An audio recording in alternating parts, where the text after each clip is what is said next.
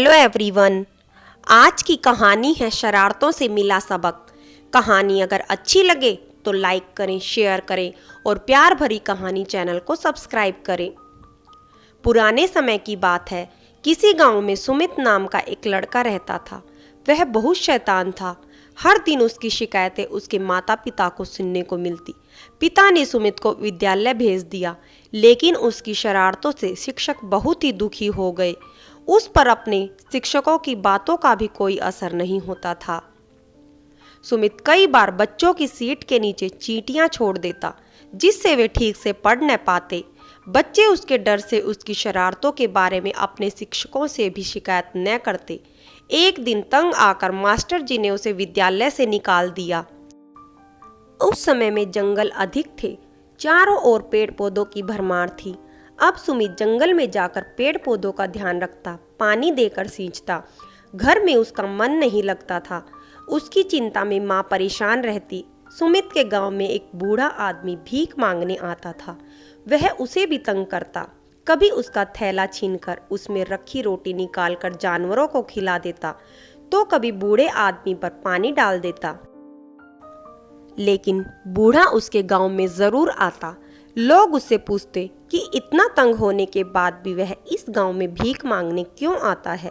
वह सबको एक ही उत्तर देता, सुमित बच्चा है, बच्चे शरारत नहीं करेंगे तो क्या हम बड़े लोग करेंगे। उसकी बात सुनकर लोग चुप हो जाते। इस प्रकार कई महीने बीत गए। एक दिन सुमित किसी गांव से आ रहा था। उसे घर पहुंचने की जल्दी थी।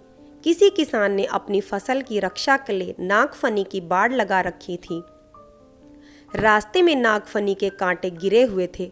उसकी नज़र उन कांटों पर पड़ी। उसने सोचा कि वह एक दो नागफनियों को लेकर रास्ते पर डाल देगा तो बड़ा मज़ा आएगा। उसने दो नागफनियों को उठा लिया और उन्हें घास के नीचे छिपा दिया। फिर घर चला आया। 2-3 दिन बीत गए। आज वह स्वयं उसी रास्ते से जा रहा था। उसी रास्ते से बूढ़ा भिखारी भी आ रहा था। सुमित को शरारत सूझी। उसने कहा, जरा थैला दिखाना। भिखारी ने उसे थैला दे दिया। उसमें एक फटी धोती थी, 2 रोटियां भी थी। वह थैले को लेकर उछालने लगा कि अब वह थैला नहीं देगा। भिखारी उसके करीब आता तो वह दौड़कर थोड़ी दूर भाग जाता। इसी भाग दौड़ में अचानक सूखी नागफनी पर सुमित का पांव पड़ गया। उसके पूरे तलवे में कांटे चुभ गए। वह अचानक एक और लुढ़क गया।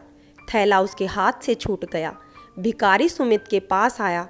वहां उसने अपनी लाठी से घास हटाई तो उसे एक और नागफनी नजर आई। उसने उसे भी डंडे से दूर हटा दिया और सुमित के पास बैठकर पांव से कांटे निकालने लगा।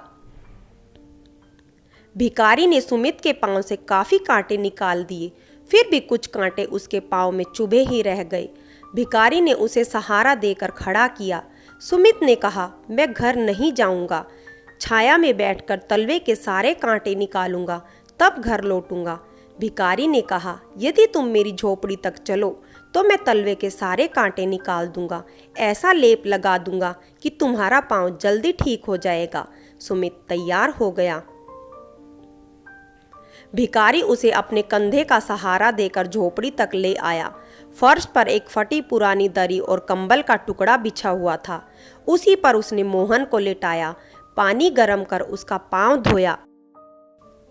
फिर कांटे निकालकर पैर पर जड़ी बूटी का लेप लगा दिया।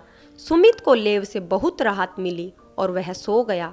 भिखारी ने अपने थैले से भीख में मिले चावल निकाले और खिचड़ी बनाई।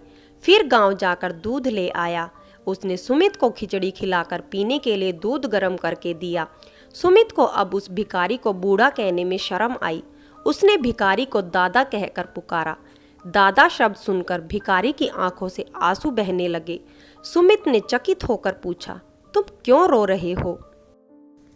नहीं बेटा, कोई बात नहीं है। मैं 30 वर्षों से यहाँ अकेला पड़ा हूँ। तुमने मुझे दादा कहा तो मेरा दिल भर आया। भिखारी बोला, नहीं दादा, अब तुम्हें भीख मांगने की जरूरत नहीं होगी, मैं तुम्हें खिलाऊंगा। सुमित बोला। भिखारी हंसकर चुप हो गया। शाम होने जा रही थी। भिखारी ने उसके पांव का लेप गर्म पानी से धो दिया। अब उसके पांव में एक भी कांटा नहीं था। इसके बाद भिखारी उसे गांव तक छोड़ने आया सुमित दौड़कर घर गया और रोटी तथा सब्जी लेकर आया। कहा, दादा इसे रात में खाना, मैं कल सुबह आऊँगा। भिखारी लौट आया। वह सोच रहा था कि सुमित कितना अच्छा लड़का है। सुमित दूसरे दिन उठा और किसान से बोला, यदि आपको मजदूर की ज़रूरत हो तो मैं काम करने के लिए तैयार हूँ। किसान को एक मजदूर की ज़रूरत तो थी, मगर वह सुमित को एक शरारती बच्चे के रूप में जानता था। वह सुमित से बोला, तुम्हें शरारत से फुर्सत मिलेगी तभी तो काम करोगे। मुझसे आज काम लेकर तो देखो चाचा, तब पता चलेगा। ठीक है चलो काम करो, किसान बोला। सुमित ने दिन भर मेहनत से काम किया। बदले हुए सुमित को देखकर किसान बहुत चकित था। उसने सुमित को 3 सेर चावल मजदूरी में दिए। सुमित चावल लेकर भिखारी की झोपड़ी में जा पहुंचा। भिखारी खाना बनाने की तैयारी कर रहा था। उसने जब चावल देखे तो बोला, सुमित बेटा, ये ले जाकर चावल अपनी माँ को दे दो। मेरा गुजारा तो भगवान ही चला रहा है। नहीं दादा, ये चावल तुम ही रखो, ये मैंने दिन भर की मजदूरी करके कमाई है। तुम नहीं रखोगे तो मैं कल से मजदूरी नहीं करूँगा और शरारतें करने लगूंगा। उस दिन से सुमित बहुत बदल गया। अब वह हर एक की मदद करने की कोशिश करता। गांव के सब लोग उसकी खूब तारीफ करते। फ्रेंड्स, कहानी अगर अच्छी लगे तो लाइक करें, शेयर करें और प्यार भरी कहानी चैनल को सब्सक्राइब करें।